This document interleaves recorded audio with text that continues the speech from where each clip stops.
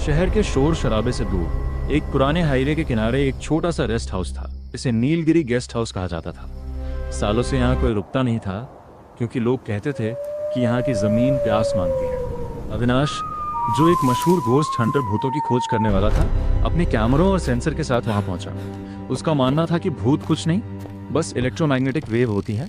अविनाश कैमरे में देखते हुए, दोस्तों आज रात मैं नीलगिरी गेस्ट हाउस में अकेला हूँ। यहाँ के बारे में मशहूर है कि रात के 2 बजे के बाद यहाँ कोई आता है। चलिए देखते हैं। घड़ी की टिक टिक की आवाज़ तेज होती है। रात के 1:30 बज रहे थे। अविनाश ने हॉल के चारों कोनों में मोशन सेंसर लगा दिए। उसने एक पुराना रेडियो चालू किया ताकि सन्नाटा उसे डरा ना सके। वह एक कुर्सी पर बैठ गया और इंतजार करने लगा।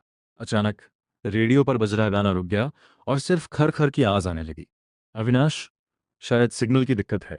जैसे ही वह रेडियो ठीक करने के लिए उठा, उसके पीछे रखे मोशन सेंसर की लाइट जल उठी। पीप पीप पीप। इसका मतलब था कि उस खाली कमरे में अविनाश के पीछे कोई खड़ा था। अविनाश धीरे से पलटा।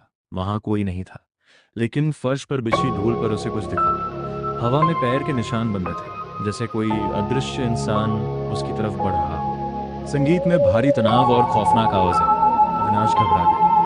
उसने अपना थर्मल कैमरा, गर्मी पहचानने वाला कैमरा उठाया। स्क्रीन पर सब कुछ नीला था, ठंडा, लेकिन ठीक उसके सामने एक इंसानी आकृति लाल रंग गरम में चमक रही थी। वो आकृति बिना सिर के थी। अविनाश पीछे हटा, लेकिन वह आकृति उसी की तरफ बढ़ रही। अचानक कमरे का तापमान गिर गया। अविनाश के मुंह से भाप निकलने लगी। तभी गेस्ट हाउस के पुराने लैंडलाइन फोन की घंटी बजी। ट्रिंग ट्रिंग। अविनाश ने कांपते हाथों से फोन उठाया। दूसरी तरफ से सिर्फ एक भारी सांस लेने की आवाज आ रही थी।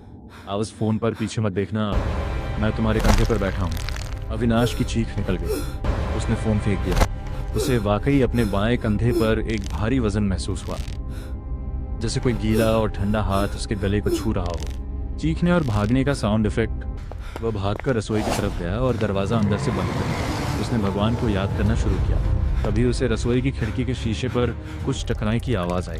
टप टप टप टप। उसने टॉर्च जलाई।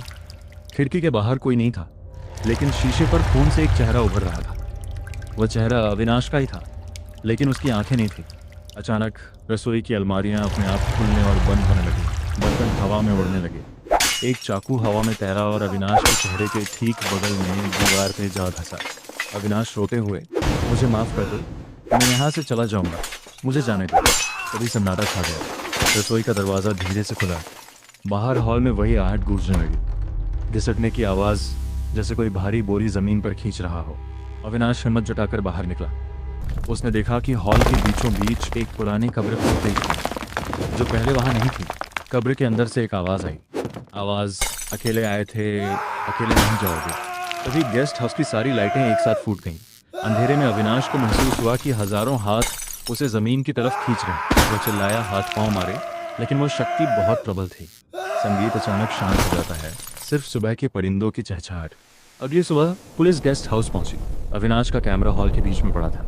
जब उन्होंने रिकॉर्डिंग देखी तो उनके होश उड़ गए। वीडियो में अविनाश अकेला नहीं था। पूरी रात एक काला साया अविनाश के पीछे पीछे चल रहा था, बिल्कुल उसकी परछाई बनकर। लेकिन सबसे डरावनी बात तब आई जब वीडियो के आखिरी हिस्से में अविनाश खुद को ही जमीन के अंदर खींचता हुआ दिख रहा था, जैसे उसकी अपनी ही परछाई उसे